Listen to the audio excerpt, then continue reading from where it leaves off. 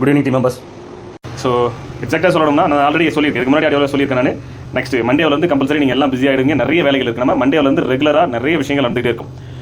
பிடிச்சிக்கிட்டு ஃபாலோ பண்ணிட்டு ஓடி வந்துட்டு இருக்கிற வந்துட்டே இருக்க வேண்டியது நம்ம அடுத்தடுத்து போயிட்டே இருப்போம். நிறைய விஷயங்கள் நடக்க போகுது. நெக்ஸ்ட் மண்டேவில் வந்து பிஸி, எவ்ரி ஒன் பிஸி. எஸ்பிஓலுக்கு அத்தனை பேருக்கும் அப்படி வந்துகிட்டே இருக்கும், இன்ஸ்ட்ரக்ஷன் வந்துகிட்டே இருக்கும், நடந்துகிட்டே இருக்கும், அடுத்தடுத்து போயிட்டே இருப்போம். ரைட், அதனால் கொஞ்சம் நோட்டீஸ் போர்டை இம்மீடியட்டாக ஃபாலோ பண்ண கற்றுங்க. 3 நாளைக்கு முன்னாடி போட்ட ஆடியோ இன்னைக்கு கேட்டுட்டு இன்னைக்கு ஃபாலோ பண்ணுறவங்கலாம் ஃபாலோ பண்ணி வரது கஷ்டம். நம்ம ரெஸ்ட் எடுத்தது போதும். சொல்ல மாதிரி ஒரு விஷயத்தை ஃபைண்ட் அவுட் பண்ணியிருக்கோம். நாம் இத்தனை மாதம் இப்படி உட்காந்ததுக்கான காரணம்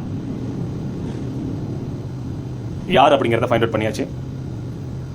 எஸ்பிஓக்கு அகைன்ஸ்டா ஆர்பிஐக்கு இன்ஃபர்மேஷன் கொடுத்துருக்காங்க. எஸ்பிஓக்கு அகைன்ஸ்டா ஆர்பிஐ வாண்டடாக வந்து இந்த விஷயங்கள்லாம் அவங்க பண்ணலை.